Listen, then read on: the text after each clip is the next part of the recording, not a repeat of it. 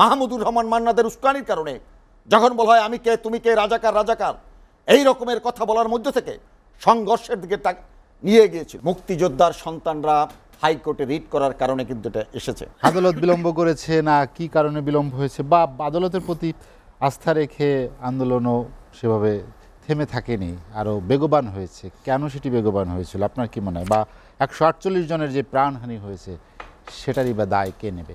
ধন্যবাদ আপনাকে, বিজ্ঞ প্যানেল এবং এসএটিভির সকল দর্শক।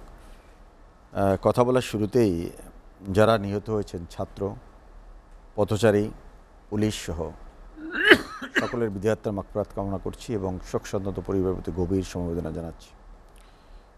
এরকমের মৃত্যু অনাকাঙ্ক্ষিত, কিন্তু এই মৃত্যুর জন্য কে দায়ী, এটা যদি আপনি প্রশ্নটা এখানে করেন, প্রথমত কোটা সংস্কারের আন্দোলন আমরা যে ছাত্র সংগঠন করার মধ্য থেকে নিজেকে বিকশিত করেছি, নিজেকে তৈরি করেছি, একজন মানবিক মানুষ হিসেবে নিজেকে তৈরি করেছি। বাংলাদেশের রাজনীতির সমস্ত আন্দোলন সংগ্রামের সূতিকাগার, নেতৃত্ব দানকারী প্রাণপ্রিয় প্রতিষ্ঠান বাংলাদেশ ছাত্রলীগ যখন ঢাকা বিশ্ববিদ্যালয় এই কোটা সংস্কারের আন্দোলনের সাথে তারা তাদের প্রসেশন, মিছিল, মিটিং করেছে, বাংলাদেশ ছাত্রলীগ ইতিবাচকভাবেই এই কোটা সংস্কারের যৌক্তিকতার পক্ষে তাদের অবস্থান ছিল।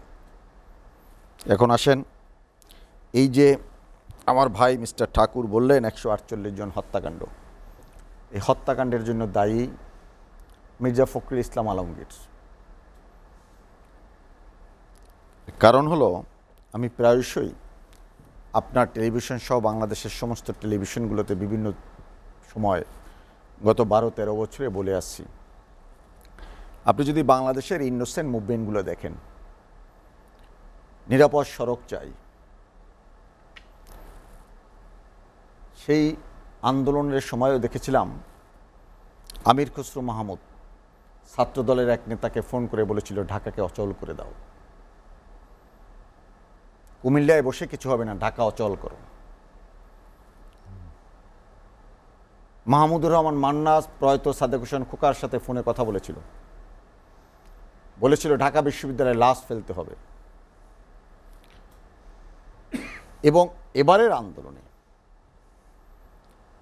আমি বিশ্বাস করি মোশাররফ আহমেদ ঠাকুর একজন সৃজনশীল রাজনৈতিক কর্মী, সাংস্কৃতিক কর্মী। নিঃসন্দেহে যে রাজনীতি 71-এ পরাজিত শক্তিরা করে, জঙ্গি গোষ্ঠী করে, বিএনপির উগ্র গোষ্ঠীটা করে, নিঃসন্দেহে মোশাররফ আহমেদ ঠাকুর সেই রাজনীতিতে বিশ্বাসী না, সেই আদর্শিক চর্চায় মোশাররফ আহমেদ ঠাকুর বিশ্বাসী না। আজকের এবারে কোটা সংস্কারের আন্দোলনে মিস্টার জাহিদ, আপনি যদি খেয়াল করেন, এই যে টার্মোলজিগুলো ব্যবহার করেছে, বাংলাদেশের মানুষ, আমরা এরশাদ বিরোধী জমানায় আমাদের বেড়ে ওঠা, 1986 সাল থেকে ছাত্র রাজনীতি করে আজকের এই জায়গায় এসেছে। আমরা বাংলা ব্লকেট এই শব্দের সাথে পরিচিত নয়, কমপ্লিট শাটডাউনের সাথে বাংলাদেশের মানুষ পরিচিত নয়। এই শব্দগুলো কোথা থেকে আবিষ্কার হলো বাংলাদেশের রাজনীতিতে? কোটা সংস্কারের আন্দোলনে এই সমস্ত শব্দ তো আসার কথা ছিল না। আমরা আমাদের ছাত্রছাত্রীদের যে ইনোসেন্ট ছাত্রছাত্রী, তাদের যে দাবি কোটা সংস্কার, এটা দাবির সাথে বাংলাদেশ ছাত্রলীগ, বাংলাদেশ আওয়ামী লীগের সংগ্রামী সভানেত্রী বঙ্গবন্ধু কন্যা জননেত্রী শেখ হাসিনা সহ গোটা রাজনীতি, প্রগতিশীল চিন্তাশীল সমস্ত মানুষ ঐক্যবদ্ধ, তাদের সকলের ইতিবাচক অবস্থান ছিল। উনি একটা ভুল ব্যাখ্যা দিয়েছিলেন 2018 সালে মাননীয় প্রধানমন্ত্রী যখন, তখনও আন্দোলন হয়েছিল, তখনও কিন্তু মাননীয় প্রধানমন্ত্রী তার তৎকালীন পরিপত্রে ওটা কিন্তু বাতিল হয়ে গেছিল। ওটার আবার আসলো কেন, এই জায়গাটায় মিস্টার ঠাকুর কিন্তু টাচ করেননি। কোটায় মুক্তিযোদ্ধার সন্তানরা হাইকোর্টে রিট করার কারণে কিন্তু এটা এসেছে, এবং হাইকোর্ট বিচারাধীন যে বিষয়টা, সেটা নিয়ে সকলেরই এই রকমের একটা অবস্থান ছিল।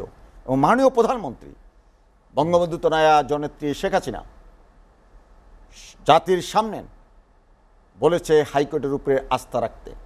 নিঃসন্দেহে ছাত্রছাত্রীর সেন্টিমেন্টকে ধারণ করে হাইকোর্ট অ্যাপিলেট ডিভিশন এই রকমের একটি রায় তাদের পক্ষে যাবে। এখন এনআরকি কারা করলো? এই দেশ বিরোধী শত্রু কারা? মেট্রো রেল কারা পুড়িয়ে দিয়েছে?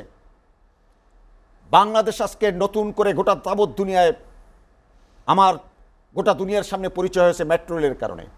পদ্মা সেতু যে ওয়ার্ল্ড ব্যাংক আমাকে বৃদ্ধাঙ্গুলি প্রদর্শন করে ওয়ার্ল্ড ব্যাংকের পাশ কাটিয়ে আমরা নিজের অর্থায়নে পদ্মা সেতু করলাম, সেই পদ্মা সেতু মুখে আক্রমণ কারা করেছে?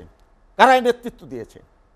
বিএনপির মির্জা ফখরুল ইসলাম আলমগীর ছাত্র দলের প্রেসিডেন্ট সেক্রেটারি ডানে বামে রেখে সেদিন সংবাদ সম্মেলন করার মধ্য থেকেই ঢাকা বিশ্ববিদ্যালয় ক্যাম্পাসে অতর্কিত হামলা চালিয়েছে। হঠাৎ করে যে ঢাকা বিশ্ববিদ্যালয়ের আমার আপনার অধিকার আদায়ের সূতিকাগার, যে ঢাকা বিশ্ববিদ্যালয় 52 সৃষ্টি, 62 সৃষ্টি, বঙ্গবন্ধু 66 6 দফা মেঘনা কাটাকাত, 69 গণঅভ্যুত্থান, শেখ মুজিব থেকে বঙ্গবন্ধু উপাধি দেওয়া, 70 নির্বাচন, 71 মহান মুক্তিযুদ্ধ, সেই বিশ্ববিদ্যালয়ে যখন স্লোগান হয় মির্জা ফখরুল ইসলাম আলমগীর, মাহমুদুর রহমান মান্নাদের উস্কানির কারণে, যখন বলা হয় আমি কে তুমি কে, রাজাকার রাজাকার, এই রকমের কথা বলার মধ্যে থেকে সংঘর্ষের দিকে নিয়ে গিয়েছিল।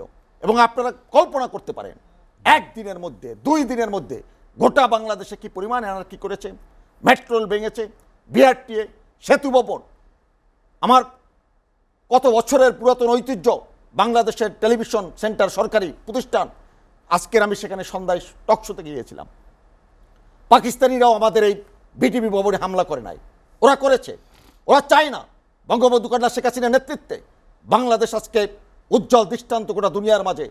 একটি করোনা মোকাবেলা করেছি, রাশিয়া ইউক্রেনের যুদ্ধেও অর্থনৈতিকভাবে ধ্বংস যখন করতে পারে না এই রকমের পরিস্থিতির মধ্যে থেকে বঙ্গবন্ধু কন্যা শেখ হাসিনার নেতৃত্বে যখন বাংলাদেশ হেঁটেছে সামনের দিকে, ঠিক তখন অর্থনৈতিক মেরুদণ্ড ভেঙে দেওয়ার জন্য 71 পরাজিত শক্তি, রাজাকার শাবক এবং আজকের বিএনপির মির্জা ফখরুল ইসলাম আলমগীর এবং ছাত্রদল জঙ্গি সালাউদ্দিন টুকু, এদের নেতৃত্বে এবং তথাকথিত 2টা বাম, এদের কারণে আজকের এই বাংলাদেশের উন্নয়ন অগ্রগতিকে ব্যাহত করার জন্য আজকে আমরা মনে করি আজকে ঠাকুর সাহেবদের জ্ঞান ফিরে আসবে। বাংলা ব্লকের নামে শব্দের সাথে বাংলাদেশের ছাত্র সমাজ পরিচিত না। বাংলাদেশের ছাত্র সমাজের আন্দোলন করেছে, তারা বলেছে আমরা এই হত্যাযজ্ঞ, সন্ত্রাস, জ্বালিয়ে পুড়িয়ে দেওয়ার সাথে তারা লিপ্ত না। তারা বলেছে আমাদের তৃতীয় পক্ষ, সেই তৃতীয় পক্ষকে, তৃতীয় পক্ষ মির্জা ফখরুল ইসলাম আলমগীর এবং ছাত্রদল বলছে আমরা তাদের সাথে আছি। এবং এর সাথে 71 ঘাতকরা আছে, 75 খুনিদেরকে যারা লালন পালন করে এবং 2001 সালে যাদেরকে পতাকা দিয়েছিল তারা এই হত্যাযজ্ঞ চালিয়েছে। আজকে ঠাকুর সাহেব যদি বলার চেষ্টা করে মির্জা ফখরুল ইসলাম আলমগীরের দায় ওবায়দুল কাদেরের কাঁধে টাকাবে, এটা বাংলাদেশের মানুষ মেনে নেবে না। এটা মিথ্যাচার, অন্যায় করতেছেন।